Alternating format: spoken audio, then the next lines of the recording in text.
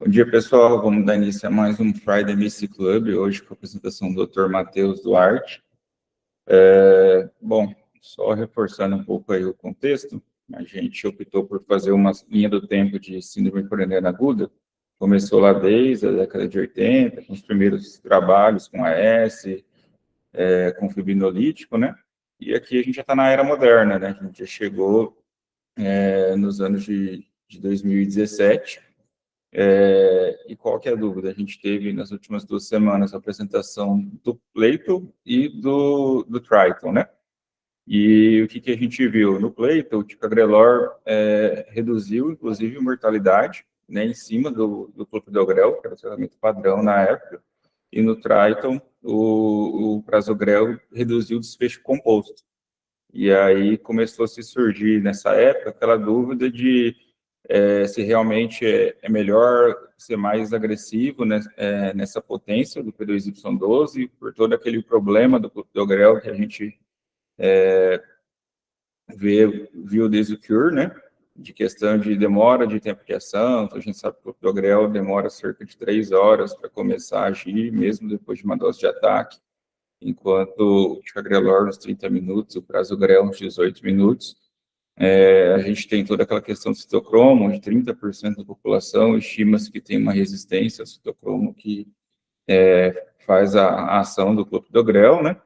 E mundialmente existia essa dúvida, né? A gente tem dois gigantes aí, né? O prasugrel e o ticagrelor, e talvez uma grande sacada aí, resolveram fazer um estudo head-to-head, que eu, inclusive, acho que a gente merecia ter em vários outros contextos na cardiologia, mas não vou dar spoiler, vou deixar o Matheus apresentar para vocês. Então, bom dia, pessoal. Eu me chamo Matheus Duarte, sou residente de cardiologia do Hospital Geral e hoje vou apresentar para vocês o nosso Friday Mace Club. Bom, para começar então, o primeiro artigo que nós vamos discutir é o artigo ISA-REACT 5, que foi um artigo publicado no The New England Journal of Medicine em 2019, que propôs comparar então ticagrelor com prasugrel nos pacientes com síndrome coronariana aguda. Bom, para contextualizar, o artigo fala sobre a magnitude da síndrome coronariana aguda, né? Então, eles falam que nos Estados Unidos, por exemplo, é um enorme problema de saúde. Cerca de 700 mil novos casos, e eles falam até da recorrência de 300 mil casos desse quadro clínico. E o tratamento padrão? Então, o tratamento padrão é Ercondapt, né? A gente, nossa conhecida aspirina com inibidor do P2Y12. E aí, o nosso principal agente foi o clopidogrel, né? Porém, a gente teve com o tempo a evolução dos inibidores da P2Y12, com o prasugrel e ticagrelor. E a vantagem, né, de desenvolver esses novos inibidores da P2 foi que eles demonstraram maior potência e eficácia na questão da dupla antiagregação comparado com o clopidogrel. Então, a gente teve o estudo Triton, né, que o professor já falou, foi apresentado pelo Gustavo aqui no nosso Mace Club, que comparou o prasugrel com o clopidogrel, e o estudo Plato, que comparou o ticagrelor, foi o estudo que a Giovana apresentou para a gente também. Todos eles demonstrando superioridade em relação ao clopidogrel dessas duas drogas. Mas e aí? Qual que a gente vai usar então? Então, ainda não havia uma comparação cabeça a cabeça dessas duas drogas, né? Nesse cenário da síndrome coronariana aguda, que iam para a estratégia de estratificação invasiva. E ainda existia outra dúvida, porque tem uma diferença prática entre as duas drogas, principalmente a gente falando de síndrome coronariana sem supra de ST. Porque o ticagrelor, ele foi proposto para fazer o pré-tratamento antes do cateterismo, e o prasugrel somente depois da definição da anatomia, porque nos estudos, quando ele foi usado como pré-tratamento, ele foi desfavorável.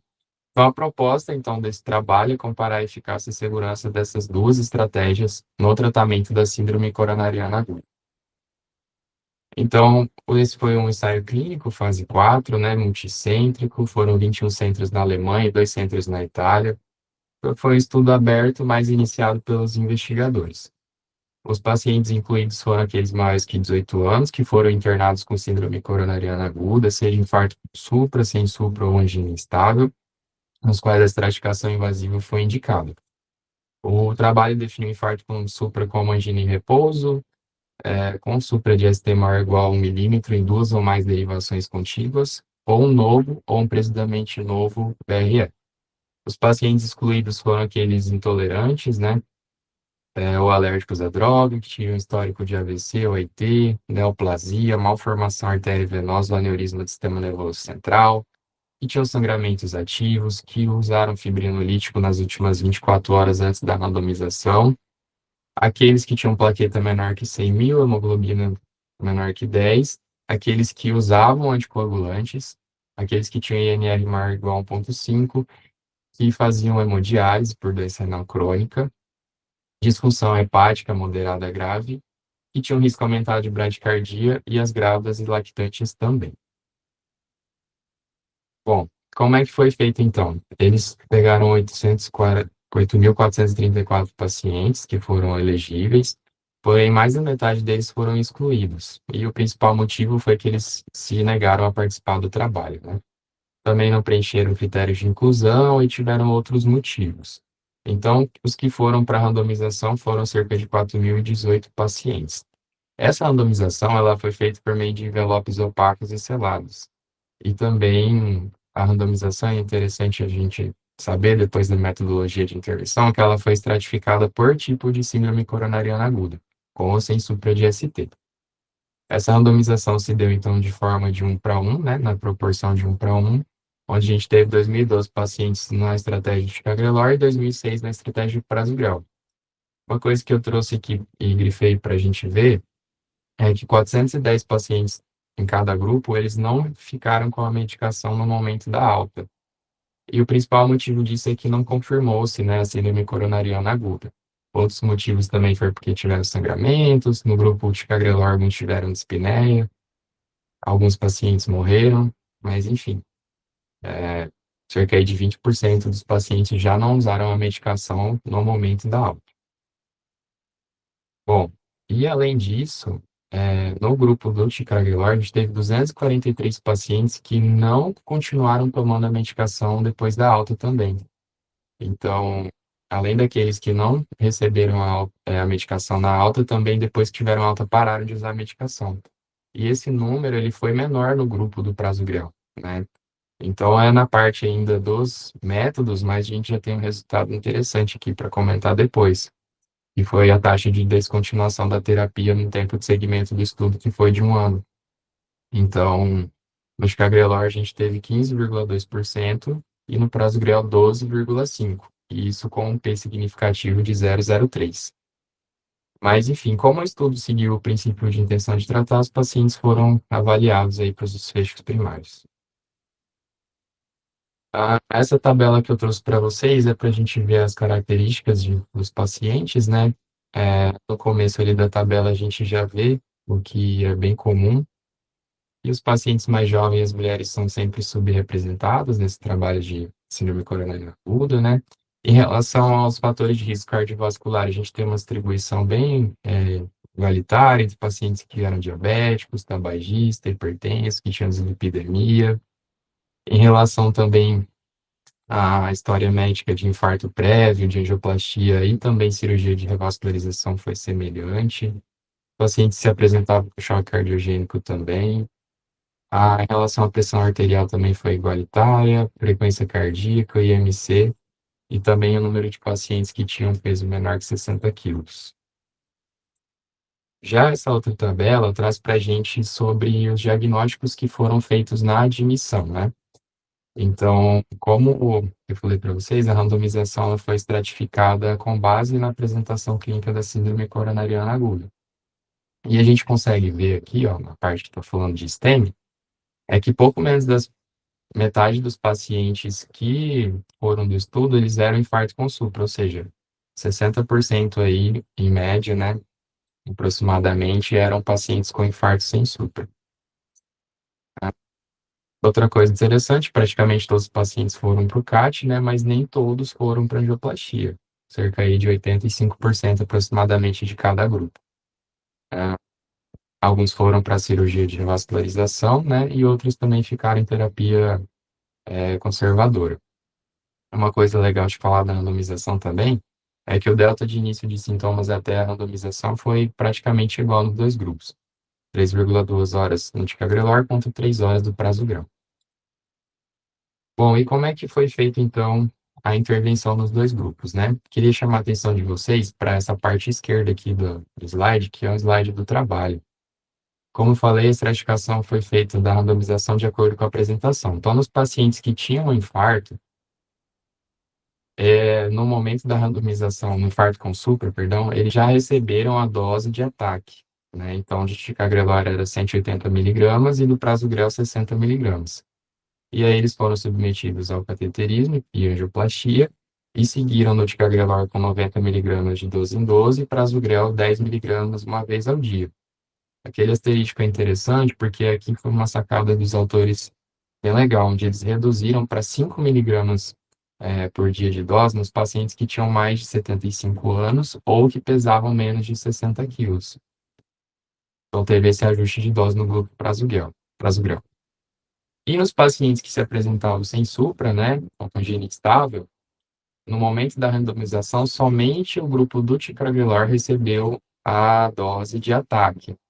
E no grupo prasugrel, somente depois do cateterismo, né, quando a gente já conhecia a anatomia do paciente. Isso aí deu uma diferença de cerca de 55 minutos, comparando os pacientes com supra, da administração da dose de ataque do prasugrel.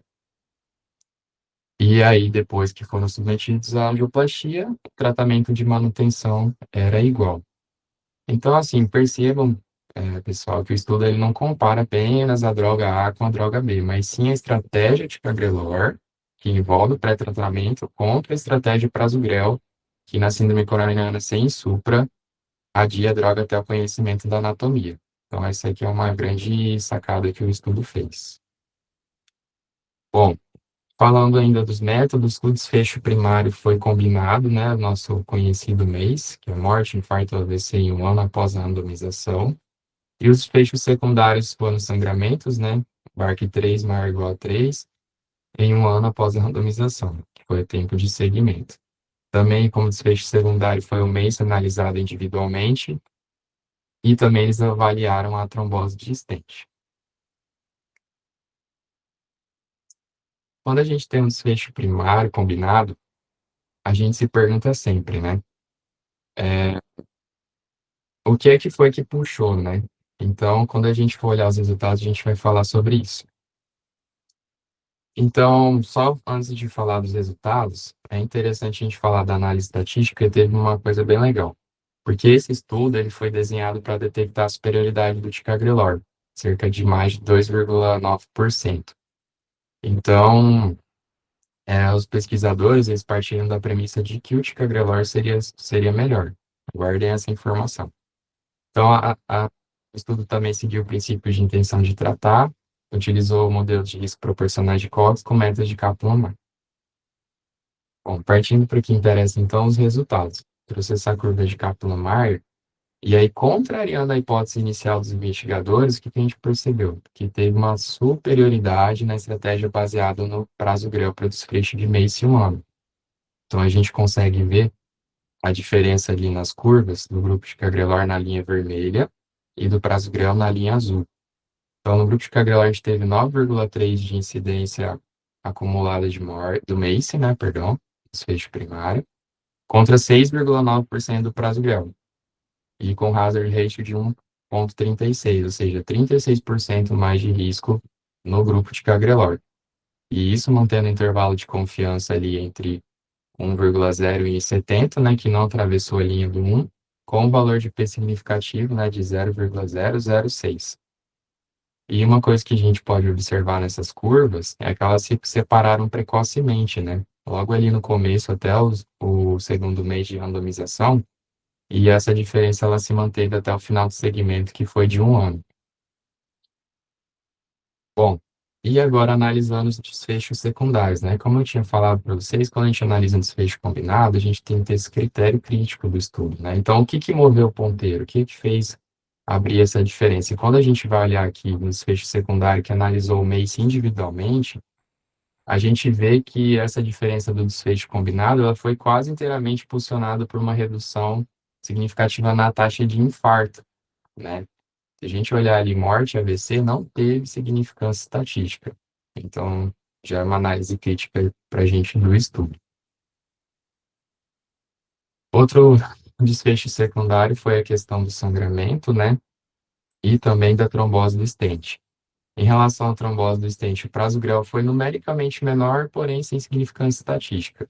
E também em relação ao desfecho de segurança, né, que seria o sangramento, também foi numericamente menor, mas também sem significância estatística. Bom, e da discussão do trabalho, né? Então, o ponto principal que a gente precisa ver é que o prazo grel foi superior no desfecho primário, mais impulsionado pela redução de infarto, sem aumentar o risco de sangramento. E isso, como eu falei para vocês, foi uma derrota inesperada.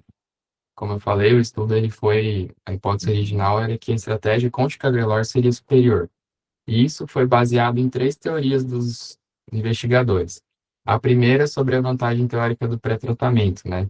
Então, lá no estudo Plato, que a gente viu, acreditava-se que o ticagrelor conferia uma proteção isquêmica precoce, principalmente ali no momento da angioplastia, o que no estudo ACOAST a gente não viu no pré-tratamento com prasugrel. Também, outra teoria era que tinha um benefício nos pacientes com tratamento conservador, que no estudo Plato também de ticagrelor, mesmo os pacientes não vascularizados, teve benefício, algo que o prasugrel também não tinha demonstrado no estudo Trilogy. E também sobre os dados farmacodinâmicos, né? Então, tinha uns estudos feitos em laboratórios ali que sugeriam uma inibição plaquetária mais potente e também efeitos pleiotrópicos benéficos ali do ticagrelor, que não tinham no prasugrel. E outra coisa da discussão é em relação à aderência da terapia, né? Como eu falei lá naquela parte da randomização, a gente viu que teve menor aderência ao ticagrelor em relação ao prasugrel com significância estatística. E falando um pouco das limitações do estudo, né? Então, a principal limitação que pode ter introduzido viés foi um desenho aberto, né? Um estudo aberto. O segmento dos pacientes foi por telefone, então isso aí pode ser menos preciso para capturar os eventos do que as visitas presenciais.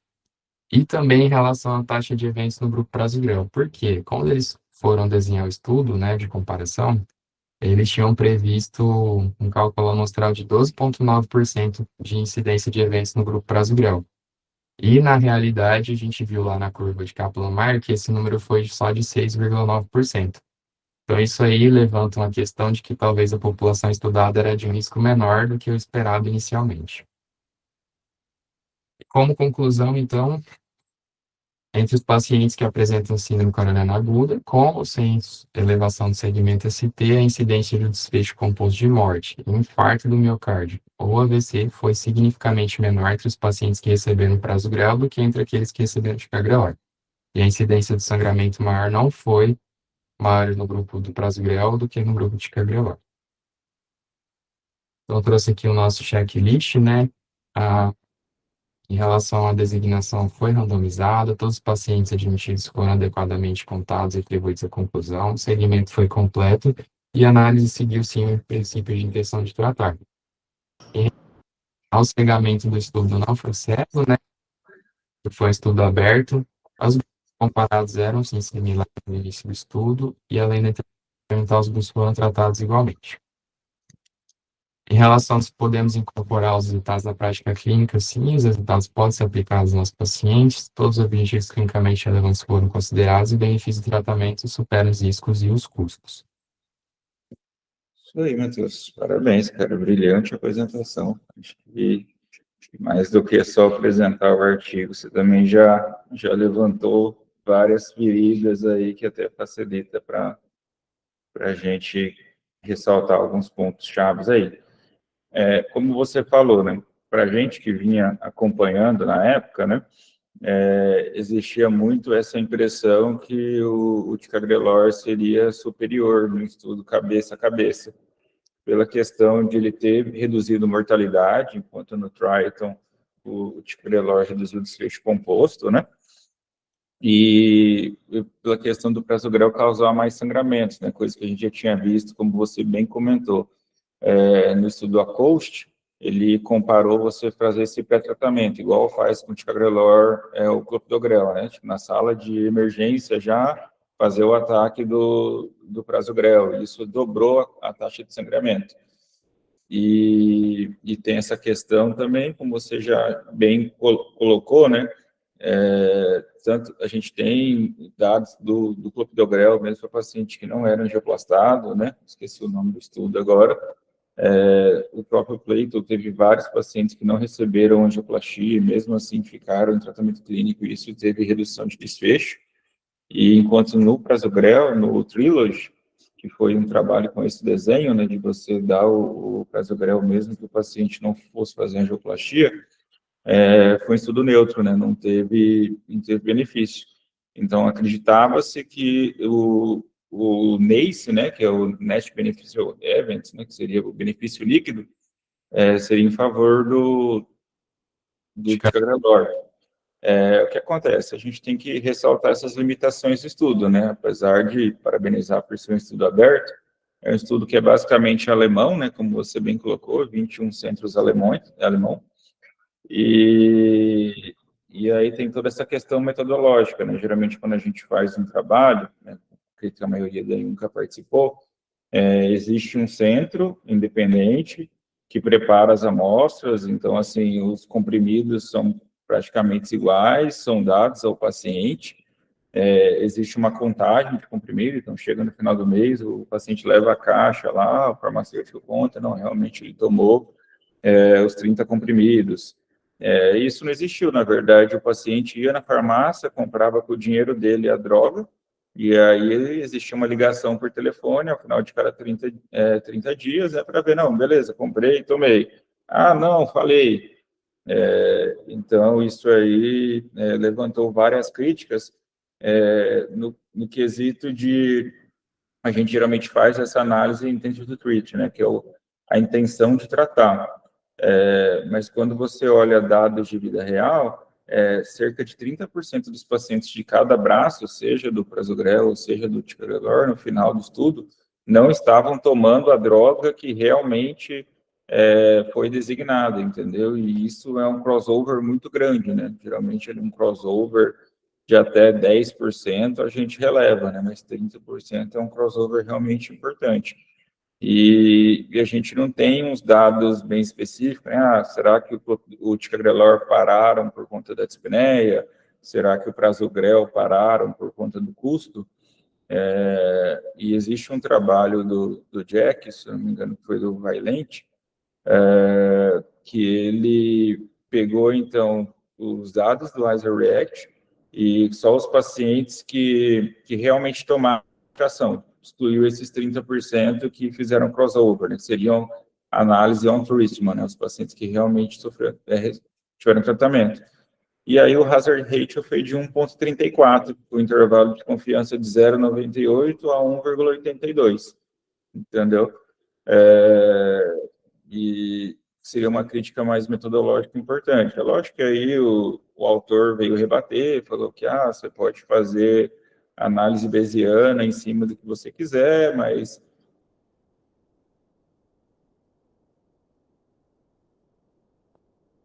Cagrelor. De forma que as diretrizes acabaram sendo um pouco divergentes nesse contexto, né? O europeu, por ser um estudo basicamente de lá, ele coloca o prasugrel como superior ao ticagrelor, na diretriz dele, enquanto o americano já é mais diplomático, né? Ele coloca os dois acima do clopidogrel, mas sem dar preferência ao prasugrel e não cita no seu texto da diretriz se é porque acha que é um estudo só e que carece de evidências, ele simplesmente entrega a diretriz como é, né? São as duas diretrizes mais recentes. A brasileira, que é de 2021, vocês bem sabem, né? Eles colocam o ticagrelor e o prasugrel acima do clopidogrel, mas também sem dar um benefício de uma a outra. E, de forma geral, o que a gente vê no mundo real é o europeu prefere realmente o ticagrelor, o americano já usa um pouco mais o europeu usa mais o prasugrel, o americano acaba usando um pouco mais o ticagrelor, e aqui no Brasil vocês sabem que 90% da população, mesmo aqui no cenário de hospital particular, acaba usando o clopidogrel, né? A gente acaba reservando ali para aqueles 10%, talvez seja uma angioplastia mais complexa, acho que o Daniel está aí, se ele até quiser comentar um pouco mais depois, é que eu sempre falo para vocês. Acaba sendo uma decisão que a gente toma muito mais em conjunto quando o hemodinamicista refere de ser um paciente ali que foi uma angioplastia mais complexa, um alto risco trombótico, do que propriamente uma recomendação que a gente segue mais à risca, né? E, para finalizar, acho que o Matheus pontuou bem também, né? Eu acho que o grande aprendizado desse trabalho foi a questão de estratégia e não a questão de cabeça a cabeça, né?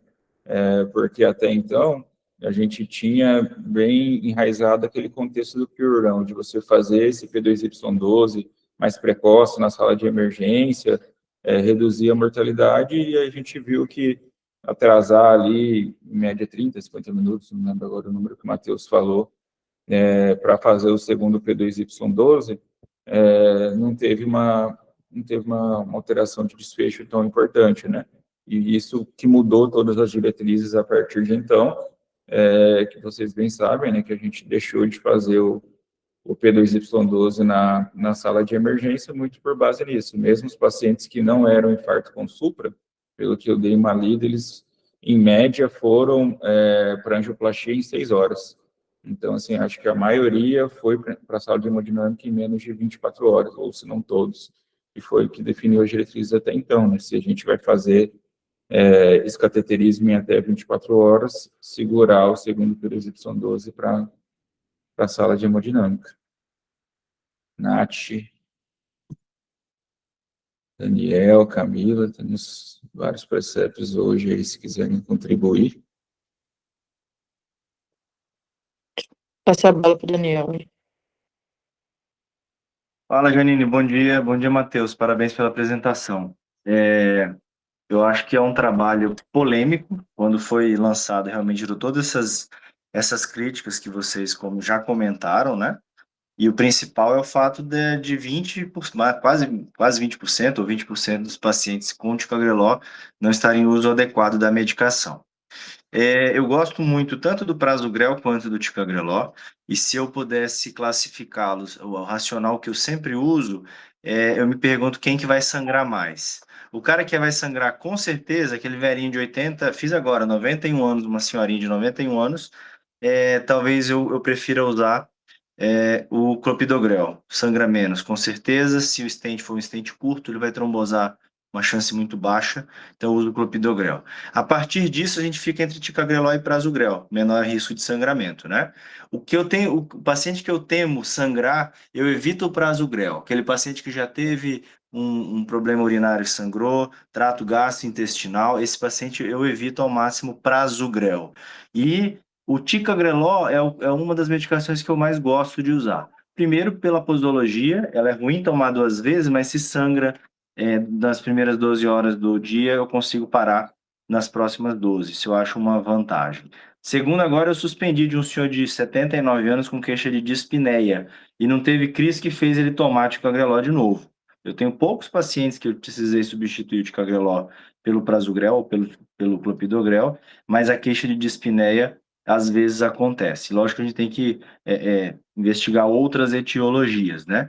Mas de maneira prática e hierárquica, eu gosto muito, isso é pessoal, tá? Eu gosto muito do ticagrelor, eu acho que a gente tem respaldo para usar, e também a mim causou estranheza o prasugrel, que é uma droga conhecidamente que sangra mais, não ter sangrado nesse trabalho e ter reduzido tanto o desfecho quando comparado, mais o desfecho quando comparado ao ticagrelor. Mas de maneira prática e hierarquicamente é o que eu tenho na minha cabeça, o cara não vai sangrar de jeito nenhum e tem muito stent, prasugrel.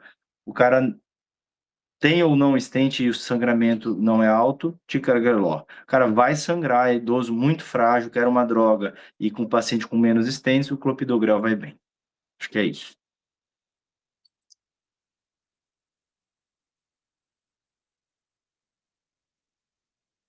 Alguém quer fazer alguma pergunta, gente?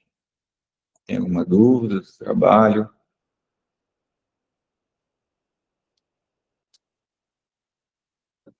Beleza, Matheus, vamos passar para o próximo trabalho.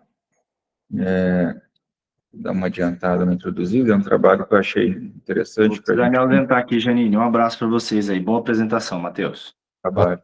Obrigado.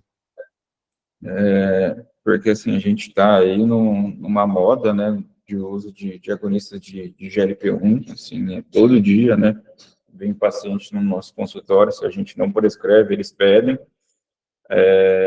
a ponto, assim, de vocês saberem, né, a repercussão que tem de falsificação, de clínica, fazer manipulação, e assim, eu acho que toda droga nova, vocês vão perceber na prática de vocês que são sempre três fases, né? Primeiro, aquela fase que a gente fica meio incrédulo, que a gente não conhece a droga e tem receio. Aí começam a surgir os trabalhos, e aí é aquela brincadeira, né? Tipo, vamos colocar na água da turma, né? Porque parece que funciona para tudo, né? Funciona para perder peso, funciona para diabetes, funciona para dar OP, funciona para apneia do sono, funciona para esteatose hepática, e, de certa forma, isso motiva aí uma prescrição generalizada, mesmo para pessoas que foram, de certa forma, excluídas ou que um subgrupo que foi pouco estudado nos trabalhos originais, entendeu? E aí a gente começa a ter alguns trabalhos que mostram alguns efeitos colaterais e aí o pessoal começa a frear o uso das medicações até a gente achar o sweet spot, né, que realmente é aquele paciente que se encaixa melhor no perfil da medicação, né, que eu sempre falo para vocês. Vocês não têm que empurrar o seu paciente no trial, vocês têm que, na verdade, procurar um trial que mais bate com o perfil do seu paciente, né? E aí, nesse contexto, o Matheus vai apresentar esse trabalho sobre o uso de agonista de GLP-1 nos pacientes com fração de ejeção reduzida. Eu acredito que eu já vi o slide, ele vai comentar um pouco, mas a gente já teve o FIGHT e um outro estudo, não fugiu o nome agora, Matheus, mas com a liraglutida em pacientes nesse contexto.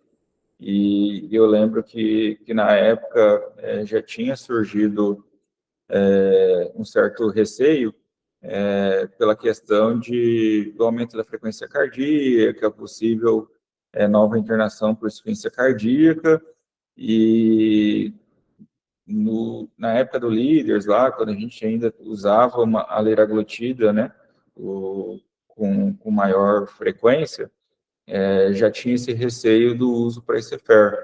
E aí eu vejo que agora, na era da semaglutida, dos agonistas duplos, eu vejo, inclusive, colegas, assim, prescrevendo, e mesmo assim não cogitando essa questão dos estudos passados, para falar, são drogas diferentes, né?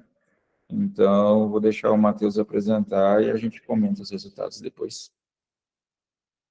Beleza, então, pessoal, vamos continuar aqui, eu vou apresentar mais um artigo. Como o professor já falou, vai ser um artigo que vai dizer para a gente sobre os efeitos do agonista do GLP-1 nos pacientes com fração de ejeção reduzida e que tinham dispositivos cardíacos implantados. Foi um artigo publicado no JACC recentemente, acabou de sair do forno. Então, só para contextualizar, na introdução a gente traz o herói agonista do GLP-1, né? Então, o professor já falou que é uma droga que tem tido seu uso generalizado e a popularização muito alta. A gente tem inúmeros ensaios clínicos randomizados que mostram benefício tanto cardiovascular quanto renal nos nossos pacientes, né? Porém, ainda existe uma dicotomia, né, quando se fala de insuficiência cardíaca, principalmente quando a gente compara ICFEP com ICFER. Por quê? Na ICFEP, mostraram-se benefícios claros, né? A gente tem um estudo STEP-HFpEF, o estudo SUMMIT, que mostraram esses benefícios claros da droga nesses pacientes com fração de ejeção preservada. Porém, na fração de ejeção reduzida, os resultados eles são mistos e até assim com potencial efeito deletério. A gente tem no estudo FIGHT, que pegou pacientes com ICFR grave e avaliou os da liraglutida. Então, a gente percebeu já com esses trials que o agonista do GLP-1, eles são conhecidos por ter esse aumento na frequência cardíaca. Sendo que na insuficiência de fração de ejeção reduzida, a gente busca justamente o contrário, né? Então, se a gente pegar os estudos históricos lá, desde o MERIT, que avaliou o metoprolol, a gente sabe que manter o paciente beta-bloqueado muda a mortalidade. E outra coisa também é que a gente possui receptores do GLP-1 dentro do cardiomiócito. E parece que o receptor sendo ativado, ele aumenta o cálcio intracelular. E isso poderia aumentar o risco de arritmias nessa população que é mais suscetível. Bom, então a gente não deve usar Necefer? Bom, aí já é uma lacuna de conhecimento, né?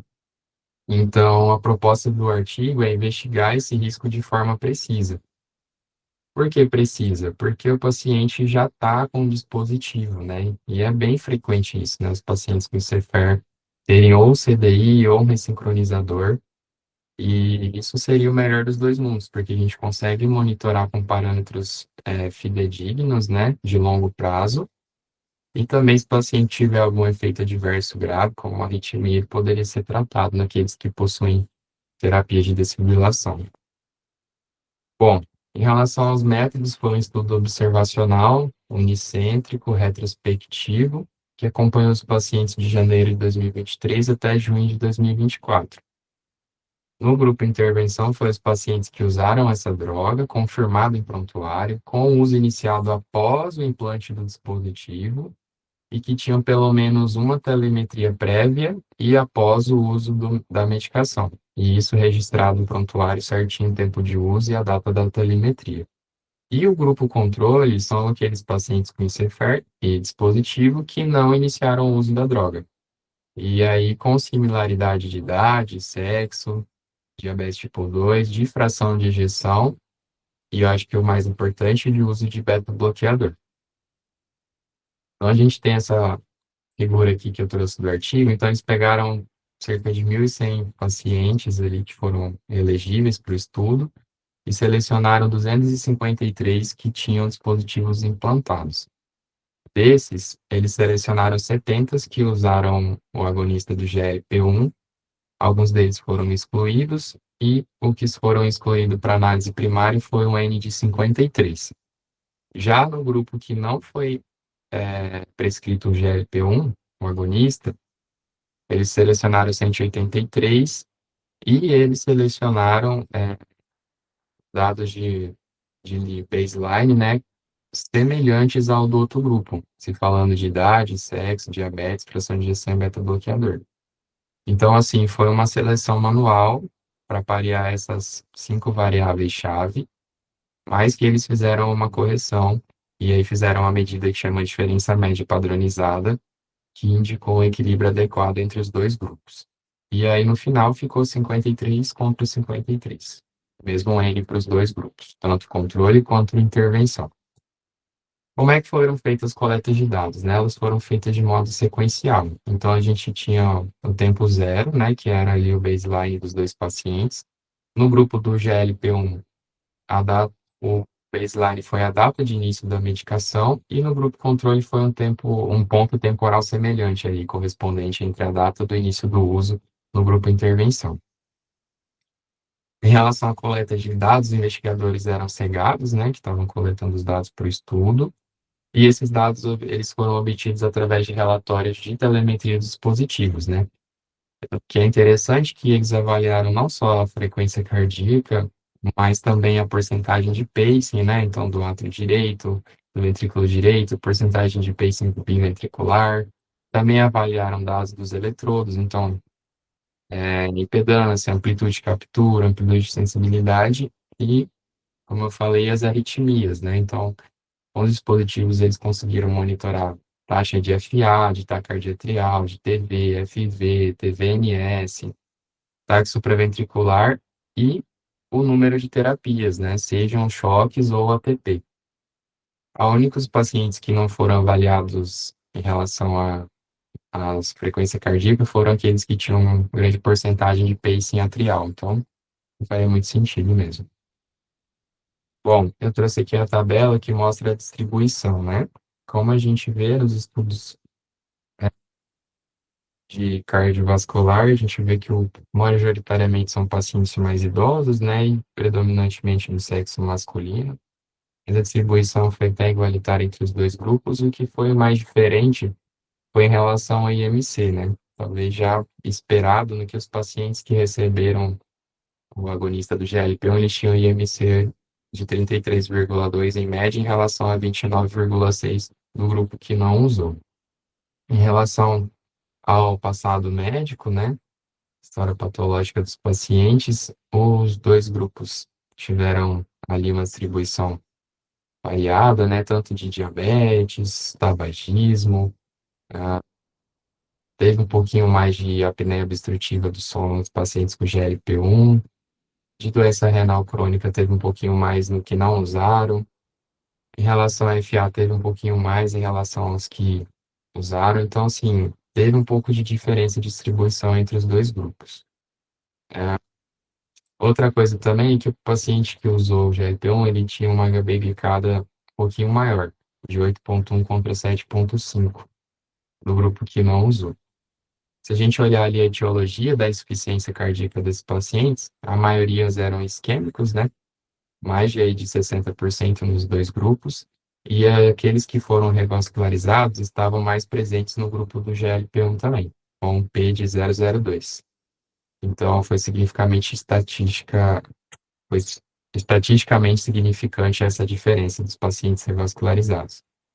Em relação à fração de ejeção, que pode ser um ponto de curiosidade principal nossa, não teve diferença na distribuição dos dois grupos, e em relação também à maioria das medidas do eco. Bom, em relação aos dispositivos, queria chamar a atenção aqui que o grupo controle, que não estava usando o GLP-1, ele tinha mais paciente com terapia de ressincronização. Então, 47 ali versus 28% do grupo que estava usando o GLP-1. E isso teve um valor de P significativo. Ah, perdão. Em relação ao tipo, né, do GLP-1, 85% dos pacientes usaram semaglutida. Então, foi a droga aí majoritariamente tratada. Em relação ao beta-bloqueador, 100% dos pacientes dos dois grupos estavam usando, e grande parte deles aí com uma dose boa, né, da dose-alvo. Em relação também ao tratamento da IC, e da IC-FER, né, os pacientes que tinham o uso do GLP-1, eles estavam agressivamente mais tratados, né, então eles tinham um maior uso do inibidor do SGLT2. Então, a gente vê ali 81% em relação a 58% do grupo que não usava o agonista do GLP-1. O estudo também fala que tinha o uso da ivabradina, né, nesses pacientes, então parece que eles eram tratados mais agressivamente. Em relação ali à glicada, né, que eu já falei anteriormente, que tinha essa diferença também. Mas em relação ao PNP, taxa de filtração, fração de relação à albumina e creatinina, tudo variável. Bom, partindo então para os desfechos, né? O desfecho primário foi a diferença longitudinal na frequência cardíaca entre os dois grupos. Então, foi só esse ponto que eles avaliaram como desfecho primário. Já os desfechos secundários foram as arritmias, né? Que foram aquelas que eu já citei ali, que os aparelhos seriam capazes de detectar. Foram os eventos clínicos, né? Que eles avaliaram também o uso de diurético, EV, ou então aumento da dose VO, internação por IC, todas as causas de internação, mudança de dose da medicação e também as alterações laboratoriais, e aí entra a hemoglobina glicada e o PNP. E o tempo de FA, né? A carga de FA que esses pacientes se encontravam. A análise estatística foi por modelos mistos de efeito aleatório dos grupos, com regressão binominal negativa, e teve aquele ajuste estatístico porque eles fizeram aquela seleção manual no grupo do controle, né?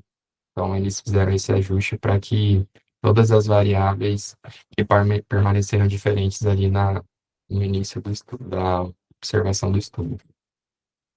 Então, partindo já para os resultados, essa é a tabela principal do estudo, que vai mostrar para a gente a diferença na frequência cardíaca dos dois grupos. Então, a gente vê ali na linha vermelha os pacientes que usaram o GLP-1, o agonista, e logo ali depois da primeira medida a gente já observou esse aumento imediato, progressivo e sustentado da frequência cardíaca. Então, a gente vê ali a frequência basal que era em torno de 70, subiu para 78 logo na primeira avaliação e continuou subindo, terminando ali em 81 batimentos por minuto na sequência 3, naquela avaliação ali de 9 a 12 meses dos pacientes. E na linha azul, o grupo controle que manteve frequência estável até diminuiu ao longo desse 1 ano, né? Os pacientes eram vistos, tinham as medicações utilizadas sempre que dava.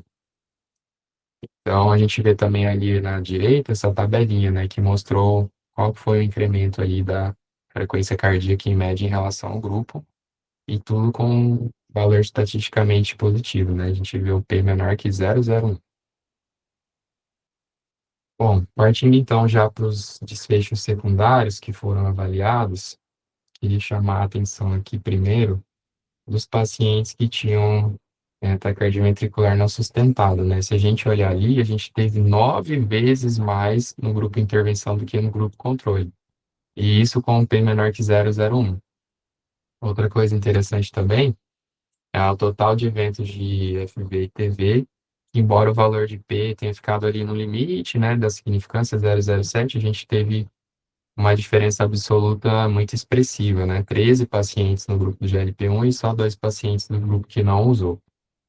Outra coisa também em relação às terapias dos dispositivos, né? Que a gente viu ali 11 vezes mais número de terapias em relação ao grupo controle, com um P também significativo. E aí, em relação às medicações, né, a gente não teve diferença significativa em relação a diferenças entre otimização de droga, de uso de antiarrítmico e também de aumento da dose, né? Então, essa parte das medicações não teve alteração.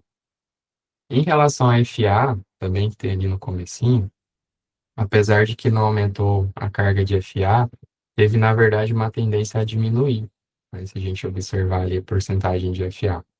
Então, isso foi interessante porque teve uma tendência maior de diminuir nos pacientes que fizeram uso do GLP-1, apesar do aumento da frequência cardíaca.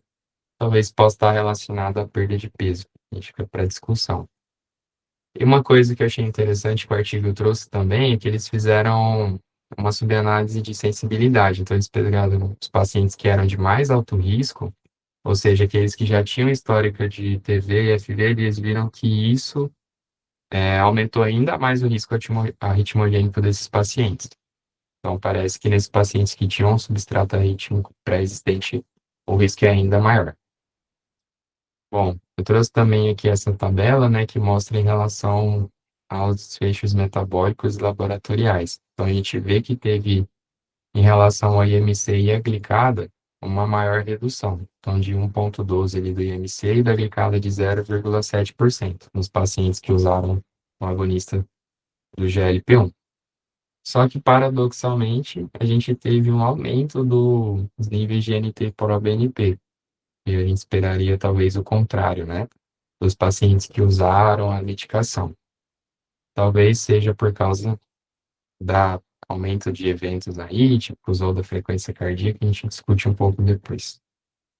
Bom, em relação aos eventos clínicos, né? Então, a gente na verdade, o estudo ele não teve um desenho, poder estatístico para avaliar esses desfechos clínicos duros, né? Então, se a gente olhar ali tanto a parte do diurético, hospitalização por insuficiência cardíaca, e analisar todas as causas de hospitalização, a gente vê que não teve diferença significativa, tanto nos dois grupos. Bom, e já partindo para a discussão, a mensagem principal, então, desse estudo é que a terapia com agonista de GLP-1 houve aumento da frequência cardíaca e isso não foi um achado benigno, porque foi acompanhado, sim, de alterações. A gente já conversou, né, dos eventos ventriculares e também da terapias dos dispositivos. Então, o NT-proBNP foi um achado paradoxal, né, porque esperava-se que a perda de peso melhorasse todos os biomarcadores, mas ocorreu o oposto aqui, né. Então, talvez seja um efeito cardíaco deletério ali direto ou indireto da droga, causado pelo aumento de arritmias, aumento da frequência cardíaca, né? Teve os benefícios metabólicos, né? Então, em relação ao IMC e a glicada dos pacientes que fizeram uso, e em relação a FA. Já falei um pouco para vocês, mas curiosamente, eles falam ali a carga de FA, né? O burden de FA não aumentou. Então, teve uma tendência até à redução, o que a gente talvez esperaria o contrário por a droga fazer aumento da frequência cardíaca e arritmias ventriculares. Então, isso aí levanta a hipótese que pode ter um efeito divergente, né? Um benefício ali na FA por causa da perda de peso e tudo mais. Bom, então, contextualizando os achados, esses achados eles estão aliados com o Trial Live, que avaliou os da liraglutida nesse perfil de paciente, onde a gente teve um aumento médio ali de 7 batimentos por minuto. Mas esses achados eles se contrastam com o Trial Fight, que também avaliou a liraglutida desse perfil de pacientes, porque nesse estudo não teve alteração da frequência cardíaca. Porém, as populações eram um pouco diferentes, e talvez isso justifique esse contraste desse achado. Porque na população do estudo FIGHT, os pacientes eles eram avaliados depois de uma IC descompensada. E já no estudo LIVE, eles eram pacientes de perfil ambulatorial, igual desse estudo aqui. Perdão. E outra coisa também, que foi o primeiro estudo a analisar com monitoramento de alta precisão, então é como se o paciente usasse um holter 24 horas todos os dias, né? E a gente conseguiu ver o aumento de eventos em concordância com o estudo live e também numa análise post-hoc do FIGHT, onde vários pacientes mais do perfil ambulatorial, que também teve aumento da frequência cardíaca. Bom, então, aqui já a parte da conclusão do estudo, né? Então, os pacientes que tiveram ECFRs positivos implantados e fizeram uso do GLP-1 foi associado a aumento significativo na frequência cardíaca e nos eventos ventriculares. Embora esses resultados gerem hipóteses, os achados atuais apoiam estudos anteriores que sugerem que o uso do análogo do GLP-1 em pacientes com ICFR pode estar associado a um risco aumentado de eventos adversos, incluindo potencial arrítmico ventricular. Aí, o estudo fala que ensaios clínicos com poder estatístico adequado são necessários para determinar a eficácia e segurança de terapias baseadas em cretinas na ICFR. Aqui eu trouxe para vocês a nossa checklist, né? Então, nos fechos primários, a designação não foi randomizada, porque é um estudo retrospectivo, observacional, né?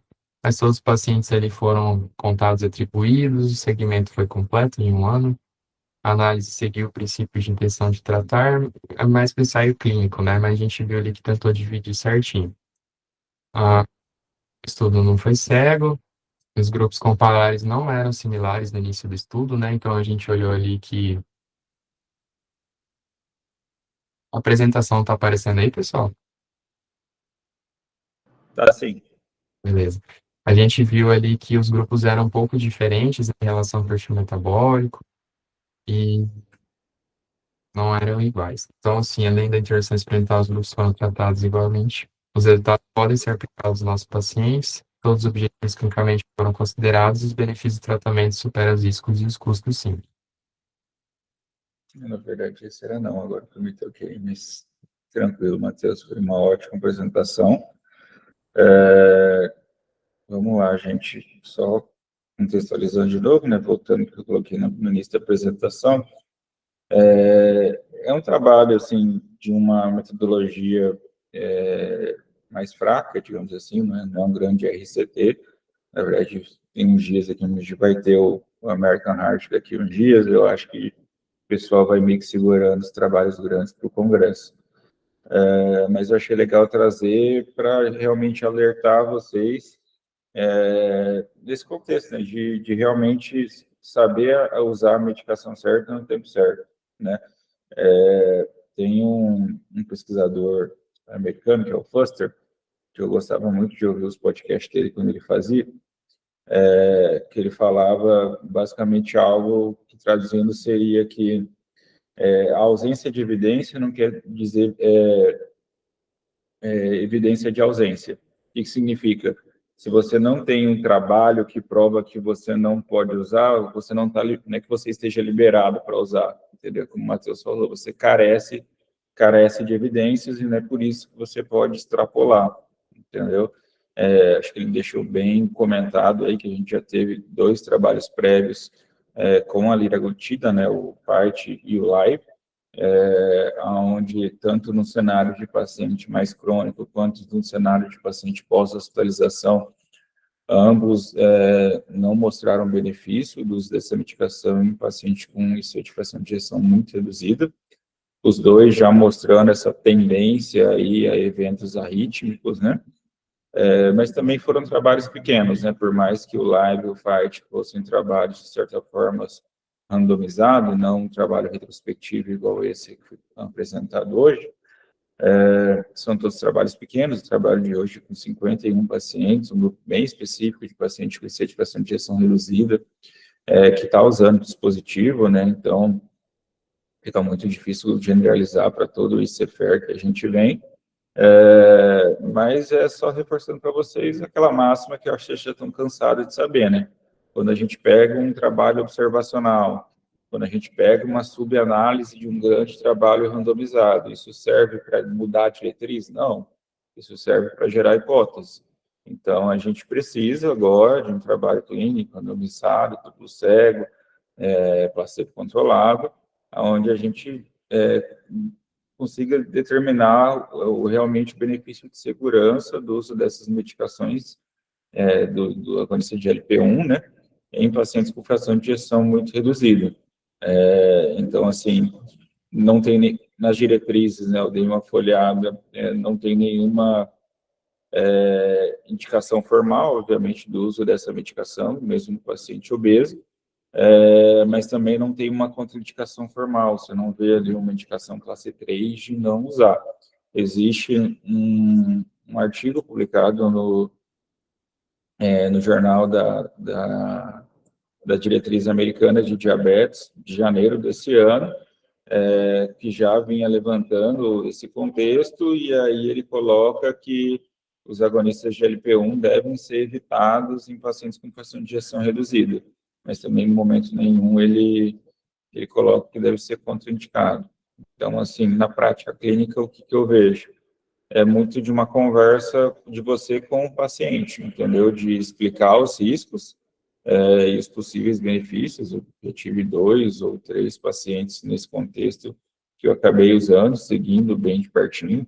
Um, inclusive, tinha FA, mesmo sem saber aí desse possível benefício, né?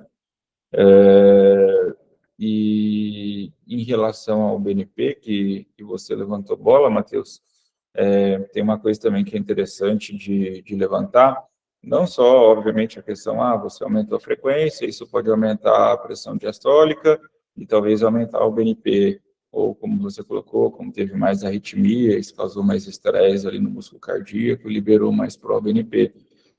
Mas se vocês lembrarem, é uma coisa que é uma pegadinha que eu sempre gosto de puxar ao pé de vocês, né?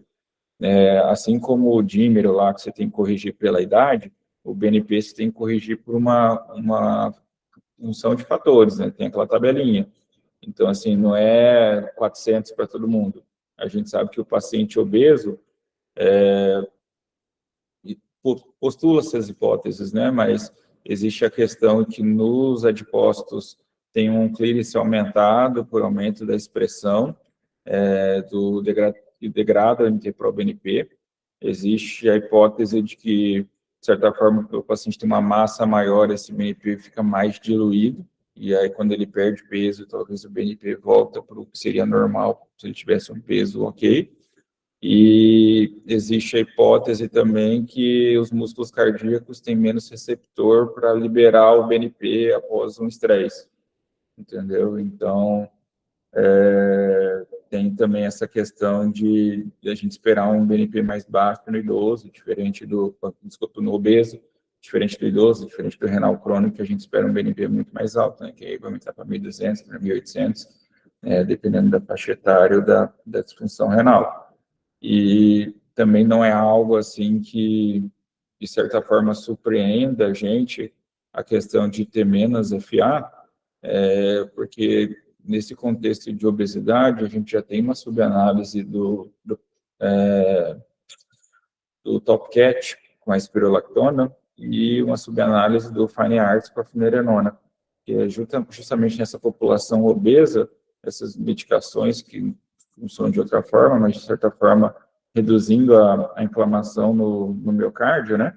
E aí a gente tem que lembrar de toda a terapia inflamatória, da ICFEP, como é que é o termo que eles usam, né? Essa esteatose cardíaca, se não me engano é o termo que eles usam, quando você reduz essa inflamação, também reduz essa questão de fibrilação atrial.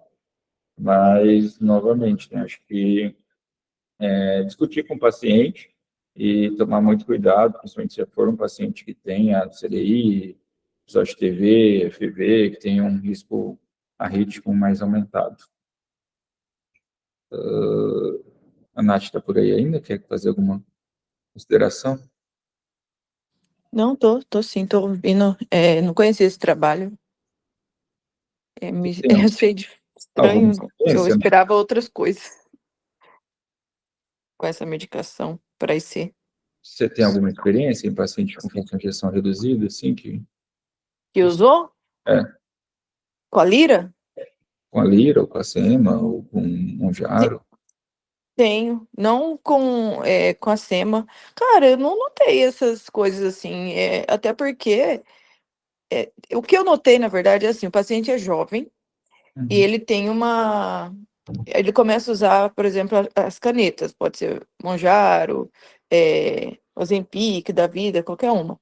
Cara, tem uma fase intensa de emagrecimento dele que ele começa a fazer realmente umas palpitações, umas taquicardias. Como no paciente que eu já acompanhei, a gente não promoveu essa fase intensa de emagrecimento assim rápido, acabei que não vi esse efeito, sabe? Mas com as canetas eu já vi um efeito de aumentar realmente a cardia, o paciente ficar mal, estranho assim, sabe? Essas coisas meio. Mas aí é só naquela fase intensiva, depois eu não vejo. Eu achava até que, pela questão dos estudos aí que iam surgindo, ia mostrar uma melhora para esse EFER. Não mostrar, achava que no final ia vir um estudo mostrando uma melhora. E é uma coisa que eu esqueci de comentar também, como o Matheus deixou bem estabelecido, além de ser um trabalho observacional, os grupos foram bem diferentes, né? Então, os pacientes aí que usaram SEMA, obviamente, eram pacientes mais obesos, mais doentes, mais diabetes, né? Que seria indicação de você usar a SEMA, né? Então, é uma população com talvez mais risco de efeito adverso também. Confesso que minha experiência é pouca também, assim, graças a Deus não tive nenhum evento adverso, mas assim, teve os benefícios, né, de redução de perda de peso e até de questão de capacidade funcional, mas, mais uma vez, assim, a recomendação que eu coloco não é para todo mundo e se for usar, acho que sempre discutir a carência de evidência com o paciente e os potenciais riscos, né? E seguir esse paciente perto, né? Em geral, acho que a Nath pode falar também, assim, esses pacientes são pacientes que eu acompanho mais de perto, eles têm retorno comigo quinzenal, não mais que mensal, né? Não fico mais de um mês sem ver esses pacientes, todos têm meu telefone, eu tenho, eu até estava comentando com outro colega outro dia, que a gente pegou um paciente comum e ele ficou com receio de usar, porque era um paciente que talvez já tinha um caráter um pouco mais depressivo, ele achou que a droga pudesse piorar isso, né? E até o Schwartzman publicou um trabalho no dia seguinte falando que não teria problema de efeitos psiquiátricos maiores no uso da semaglutida. Mas para todo paciente que eu prescrevo, eu sempre oriento do risco de pancreatite, o risco de colecistite, para procurar um pronto atendimento nessa questão de dor abdominal, e eu sempre alerto pelo potencial ali da neurite óptica, né, para procurar um pronto atendimento quanto mais alto, rápido por ser algo irreversível. Então, de forma geral, a maioria desses pacientes acabam tendo meu número pelo meu receio de efeitos colaterais.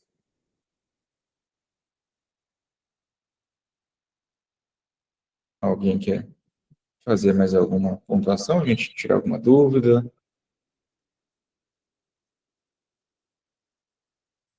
Tá bom, gente, a gente termina por aqui. Na semana que vem, o Dr. Dailton vai apresentar 2 trabalhos aí da era mais moderna de uso de Cagrelor, se eu não me engano, mandarei para vocês mais tarde. Um bom final de semana a todos, parabéns pela apresentação, Matheus. Obrigado, mestre. Valeu. Bom final de semana, parabéns, Matheus.